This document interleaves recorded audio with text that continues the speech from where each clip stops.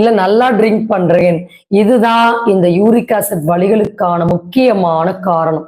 So அப்ப நிறைய alcohol consume பண்ணும் போதும், இல்ல ஒகேஷனலா சில பேர் கன்சியூம் பண்ணாலும் கூட, நம்ம பிளட்ல இருக்கக்கூடிய இந்த டாக்ஸின் அதோடைய நம்ம பிளட் லெவல்ல இருக்கக்கூடிய இந்த பியூரினால்ஸ் இதை அதிகப்படுத்திடும்.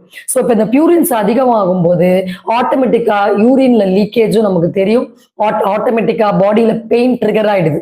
ஸோ அப்ப யாரும் குடிக்காதுன்னு சொன்னா கேட்கறது இல்ல.